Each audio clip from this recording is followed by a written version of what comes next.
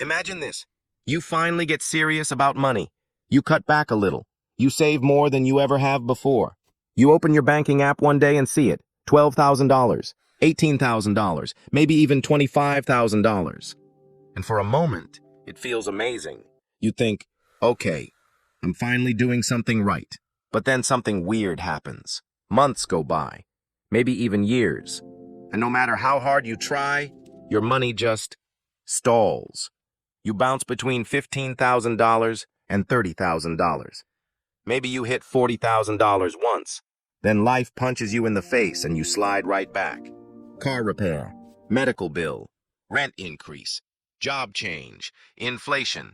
And suddenly you're asking yourself, why does it feel like I can't get past this level? If that sounds familiar, yeah, that's not an accident. Because today I want to show you why nearly 90% of people get stuck between $10,000 and $40,000, and more importantly, how the people who escape this zone think differently. And trust me, this is where things get really interesting. My name is John, and I spend way too much time thinking about money, investing, and why people struggle to build wealth. If you're someone who keeps saving but feels like your net worth just won't move forward, here's the thing. Most people think the hard part of building wealth is getting started. They think, once I save some money, it'll get easier. But in reality, the hardest zone in personal finance is not zero. It's not six figures either. It's the middle, specifically $10,000 to $40,000. According to Federal Reserve data, the median American savings balance hovers well under $10,000. Only a minority of households ever cross $30,000 in liquid savings. And here's what most people don't realize. This range is where financial behavior matters more than income. This isn't about being rich or poor. This is about psychology, friction, and invisible money traps. Let's talk about something nobody likes to admit. When you finally have money, you start using it. Now, you might be thinking, isn't that the point? Yes, but here's the problem. When your savings grow from $5,000 to $20,000, your brain stops treating money as fragile. You think, I can handle this. I deserve this. I've earned a little comfort. And slowly, quietly, your baseline lifestyle creeps up. Not luxury, just convenience. Better groceries, more subscriptions, nicer apartment, more eating out, upgrading things that technically still work. None of these decisions feel reckless, but mathematically, they destroy momentum. Let's make this painfully clear. Say you save $800 a month. That's great.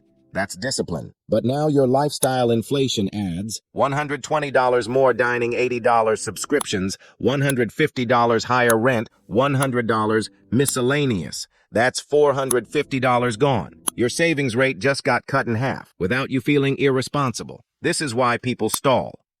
Not because they stop trying, but because progress quietly slows. This is where it gets really interesting. At $10,000 to $40,000, most people tell themselves, I have an emergency fund. But psychologically, it stops being an emergency fund. It becomes a permission fund. Car upgrade, I'll rebuild it. Trip, I deserve it. Job burnout, I'll take time off. And look, none of these are immoral, but wealth doesn't care about morality.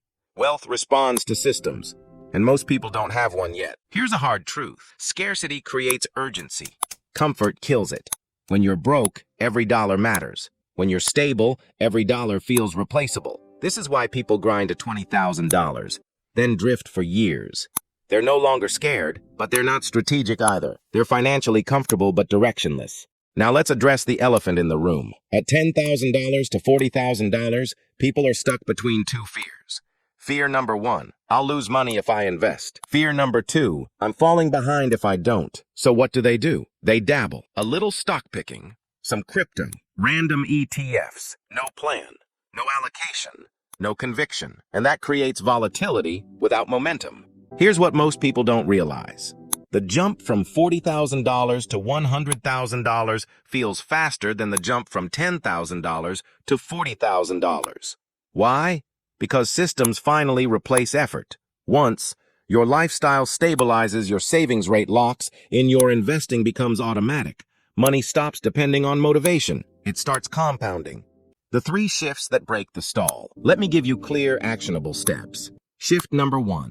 Lock your lifestyle at $40,000. Decide, consciously, that your lifestyle does not upgrade until your net worth doubles. No negotiation. This single decision creates surplus automatically. Shift number 2. Separate emergency money from growth. Money emergency fund equals boring, untouched. Investment fund equals automated, aggressive, within reason. Blurring these destroys progress. Shift number 3. Make saving automatic and invisible. If you see the money, you'll spend it. Automate. Transfers, investments. Increases after raises. Discipline fails. Systems don't. Addressing the objection. Now, you might be thinking, but Zach, my income isn't high enough. Here's the uncomfortable truth. Most people don't stall because they earn too little. They stall because their money has no job. Clarity beats income, every time.